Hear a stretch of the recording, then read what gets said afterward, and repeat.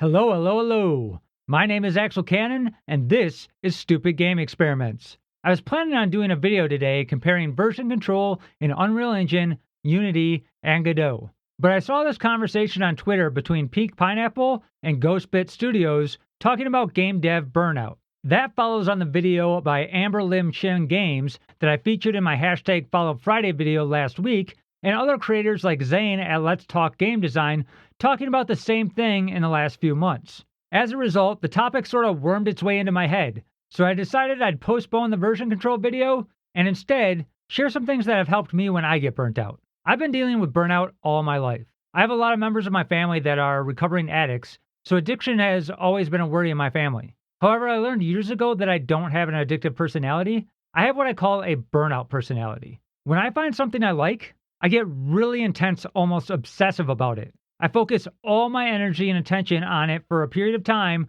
until I finally become burnt out on it to the point where the opposite happens and it feels like rolling a boulder up the side of a mountain, just putting one more minute into it. You can probably imagine that this makes it really difficult to finish anything you start. So over the years, I've developed this process for dealing with burnout so that I can work through it and keep going on a given project. Everybody is different, so I can't guarantee this will work for you, but it's worth a try the next time you're feeling burnt out on a project. So here's my 4-step process for dealing with burnout. Step 1 is to realize that burnout is normal. Sort of. Here's the thing. Nobody can go full tilt at anything forever. All of life is about the ebb and flow of activity. Think about your day-to-day life.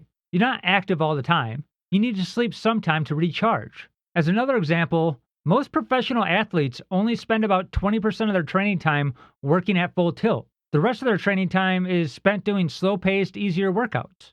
Game development, or any creative endeavor, is going to work the same way. You're going to have peaks where you have a ton of excitement to work on your game, and you're going to have valleys where working on your game is going to feel like the hardest thing in the world to do. Once you accept this as perfectly normal, then you can stop beating yourself up about not working on your game and just accept that you need to take a break. The caveat to this is that when most people talk about burnout, what they really mean is that they've ignored all the early warning signs that they needed to take a break and just kept pushing through it. This is just like ignoring the signals from your body that you needed to go to sleep and just kept pushing forward and forward until you finally collapse from exhaustion. The consequence of this is that you need a much longer recovery time, which can then get you out of your routine and make it much harder to get back to the project you were working on. Once you accept that the ebb and flow of productivity is normal, you can start to recognize the signs that you need a break to get recharged, and go with it when it happens. This is the second step in the process. Roll with the downswings. As soon as it starts to get hard to work on your project, take a step back and take a break from it. Don't confuse this with procrastination or being tired from a long day at work. Those are about failing to get started working, and that's a different topic for a different video. What I'm talking about here is when you do sit down to work and you're just not feeling it. Nothing about the game is inspiring you. There is no aspect of the game that you want to work on. When that happens, recognize it as a sign that you need to take a break and recharge your creative energy. I found that there are 2 different types of recharge that work best for me. The first is what I'd call being differently productive. I use this when I'm still motivated to do something, but just need to take a break from working on whatever project I'm working on. This involves doing things like exercising or chores around the house. These are things that still give me a sense of accomplishment when they're done, but that don't require me to think too hard about what I'm doing. The second type of recharge is what I'd call a full shutdown. This is when I completely check out and do something that requires absolutely no motivation on my part. For me, this is things like reading a good book or binge watching a television show. It could also be something like going out with friends or playing a low-key video game. The first type of recharge lets me maintain my productivity momentum, but still sucks up some of my motivation for the day. This is good for when I just need a break for a day and then I can get back to work on my project. The second type of recharge generally comes when I got a little manic about a new idea to the point where I had trouble sleeping because I was focusing on it so much. In that case, I'm usually both physically and mentally exhausted and need to just shut down for at least a day or two.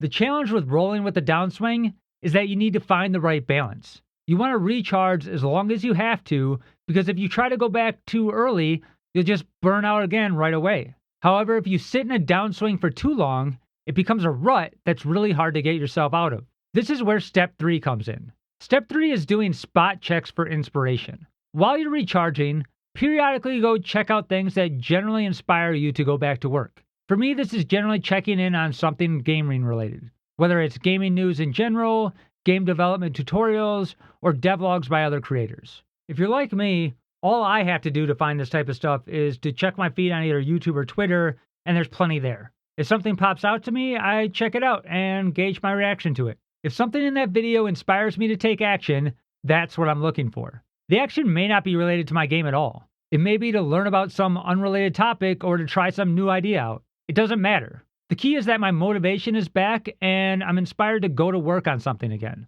Once that happens, I follow that thread of inspiration until I'm confident that I'm recharged and good to go back to work. Then I move on to step 4. Step 4 is going back to work on your main project. This was one of the hardest steps for me to get in the habit of.